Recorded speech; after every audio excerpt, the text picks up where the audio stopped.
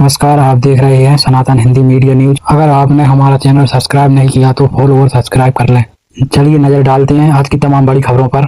PM Narendra Modi का इंदौर दौरा। दरअसल प्रधानमंत्री नरेंद्र मोदी 17 सितंबर को मध्य प्रदेश के इंदौर दौरे पर आ रहे हैं। इस दिन उनका 75वां जन्मदिन है, जिसे लेकर भाजपा नेताओं और कार्यकर्ताओं में उत्साह देखा जा रहा है।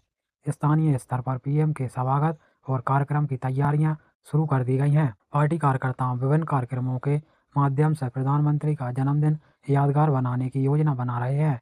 इंदौर में पीएम मोदी के आगमन को लेकर सुरक्षा व्यवस्था और आयोजन की रूपरेखा पर प्रशासन ने भी काम शुरू कर दिया है। पूरे शहर में इस अवसर को लेकर विशेष माहौल बनने लगा है। वहीं मध्य प्रदेश से बड़ी खबर। इंदौर से एक अनोखी खबर सामने आई है। यहाँ बीते दिनों मध्य प्रदेश का सबसे वजनी बच्चा जन्मा है। जन्म के तुरंत बाद बच्चे का वजन करीब 5.5 किलो दर्ज किया गया है। ये प्रदेश में अब तक का सबसे वजनी बच्चा माना जा रहा है। इससे पहले साल 2020 में मंडला जिले में 5 किलो 100 ग्राम का बच्चा जन्मा था। डॉक्टरों के मुताबिक माँ और बच्चा दोनों पूरी तरह स्वस्थ हैं। इस खबर ने अस्पताल स्टाफ और लोगों के बीच उत्साहिकता बढ़ा दी है।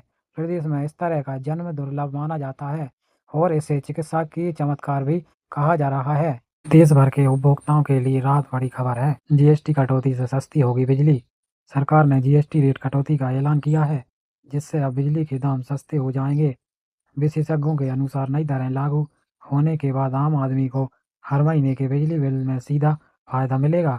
अनुमान है कि अब 1 यूनिट बिजली का भुगतान पहले से कम करना होगा। सरकार का कहना है कि इस फैसले से न सिर्फ आम जनता को राहत मिलेगी, बल्कि उद्योग और व्यापार को भी कम लागत पर बिजली उपलब्ध होगी। इससे अर्थव्यवस्था को मजबूती और लोगों की जेब पर बचत दोनों ही होंगी। बिजली बिल घटने से आम घरों से लेकर छोटे कारोबारियों तक सभी को लाभ मिलेगा। एमपी के धार से बड़ी खबर। धार जिले में लगातार बारिश के चलते नदी नाले उफान पर है। इसी बीच एक युवक की लापरवाही भारी पड़ गई। जानकारी के मुताबिक युवक उफनती नदी को पार करने की कोशिश कर रहा था, तभी तेज बहाव में बह गया। फिलहाल उसकी तलाश के लिए स्थानीय प्रशासन और गोताखोरों की टीम लगाई गई है। प्रशासन ने पहले ही अलर्ट जारी कर लोगों से अपील की थी कि उफनते नदी नालों को पार करने की कोशिश न करें। बावजूद इसके कई लोग खतरा उठाकर अपनी जान जोखिम में डाल रहे हैं। लगातार हो रही बारिश से जनजीवन अस्त व्यस्त है और नदी नाले खतरे के निशान पर बह रहे हैं। तो दोस्तों, चंद्र ग्रहण किसके लिए खास था देख लेते हैं। 7 सितंबर की रात हुए चंद्र ग्रहण का सीधा असर मीन राशि पर पड़ा, जिससे जीवन में बड़े बदलाव के संकेत मिल रहे हैं। ज्योतिष के अनुसार मेष और वृषभ को कैरियर व आर्थिक उतार चढ़ाव का सामना करना पड़ सकता है, जबकि मिथुन व तुला जातकों को नए अवसर मिलेंगे। कर्क व मकर राशि के लोगों को स्वास्थ्य व मानसिक तनाव से सावधान रहने की जरूरत है। वहीं सिंह और कन्या को पारिवारिक मामलों पर ध्यान देना होगा। कुंभ और धनु तरक्की के अवसर मिलेंगे। कुल मिलाकर यह ग्रहण भावना और रिश्तों में गहरे बदलाव लाने वाला साबित होगा। शहडोल कलेक्टर डॉक्टर केदार सिंह के आदेश अनुसार नायब तहसीलदार सनी त्रिवेदी एवं राजस्व टीम के द्वारा किसानों को वितरित किए जा रहे खाद गोदाम मेरटोला का निरीक्षण किया। निरीक्षण के दौरान किसानों ने अवगत कराया कि एक आटो में यूरिया खाद 700 रुपये। विदिशागंज वासुदा में पितृपक्ष अमावस्या पर बेतवा नदी के तट पर शनिवार को बड़ी संख्या में श्रद्धालु जुटे।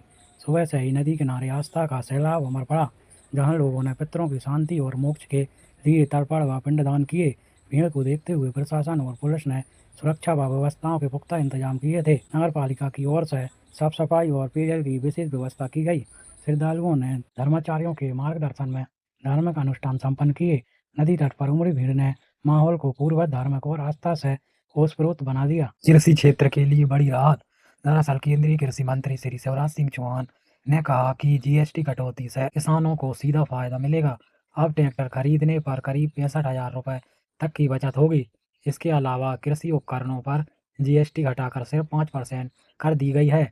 इस फैसले से दूध उत्पादक, मछली पालन और ऊर्जा आधारित उपकरणों पर भी खर्च कम होगा। मंत्री ने बताया कि यह कदम न सिर्फ किसानों की आय बढ़ाने में मदद करेगा, बल्कि कृषि क्षेत्र को मजबूती देकर अर्थव्यवस्था को भी गति देगा। किसानों और ग्रामीण क्षेत्रों के लिए इसे एक बड़ी राहत योजना माना जा रहा है और बिजली यूनिट भी कम होगी। बाढ़ से पंजाब बेहाल। दरअसल पंजाब में बाढ़ ने भारी तबाही मचाई है। अब तक 37 लोगों की मौत हो चुकी है और 3.55 लाख लोग प्रभावित हुए हैं। करीब 1.75 लाख हेक्टेयर से अधिक क्षेत्र की फसलें बर्बाद हो गई हैं।